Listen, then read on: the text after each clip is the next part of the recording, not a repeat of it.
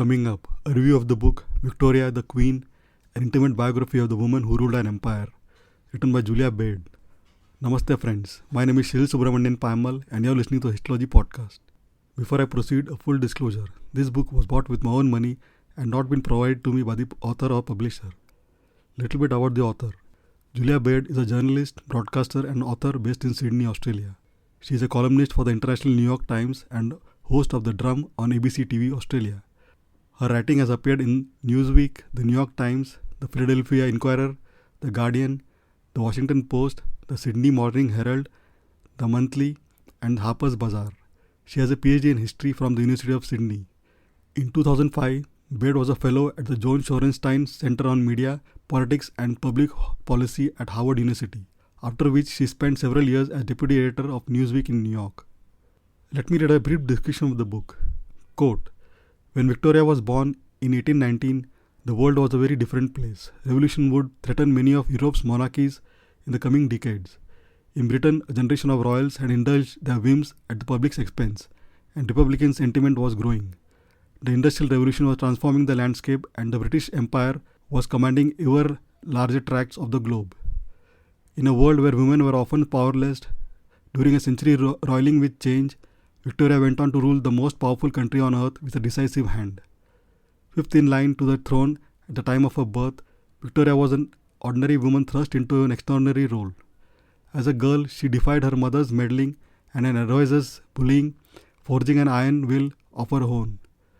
As a teenage queen, she eagerly grasped the crown and relished the freedom it brought her. At 20, she fell passionately in love with Prince Albert of Saxe-Coburg and Gotha, eventually giving birth to 9 children. She loved sex and delighted in power. She was outspoken with her ministers, overstepping conventional boundaries and asserting her opinions. After the death of her adored Albert, she began a controversial, intimate relationship with her servant, John Brown. She survived 8 assassination attempts over the course of her lifetime. And as science, technology and democracy were dramatically reshaping the world, Victoria was a symbol of steadfastness and security, queen of a quarter of the world's population at the height of the British Empire's reach. Drawing on sources that include fresh revelations about Victoria's relationship with John Brown, Julia Baird brings vividly to life the fascinating story of a woman who struggled with so many of the things we do today. Balancing work and family, raising children, navigating marital strife, losing parents, combating anxiety and self-doubt, finding an identity, searching for meaning. This sweeping, page-turning biography gives us the real woman behind the myth, a bold, glamorous, unbreakable queen, a Victoria for our times, a Victoria who endured." Unquote. This biography is not just a chronicle of Queen Victoria's reign, but a study of her character, contradictions and evolving roles as monarch, wife, mother and widow.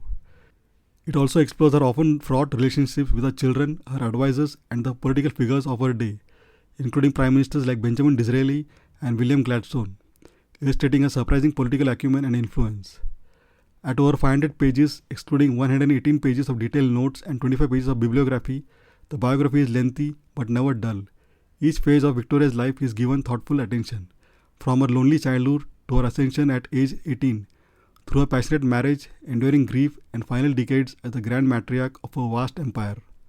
The author does not shy away from Victoria's flaws, her often conservative and contradictory stances on women's role, for instance, but treats them with nuance, allowing readers to see the monarch in all her humanity. The book covers a very long period of the 19th century, and as Mark Twain rightly said, quote, "British history is 2000 years old, and yet in a good many ways the world has moved further ahead since the Queen was born than it moved in all the rest of the 2000 years put together.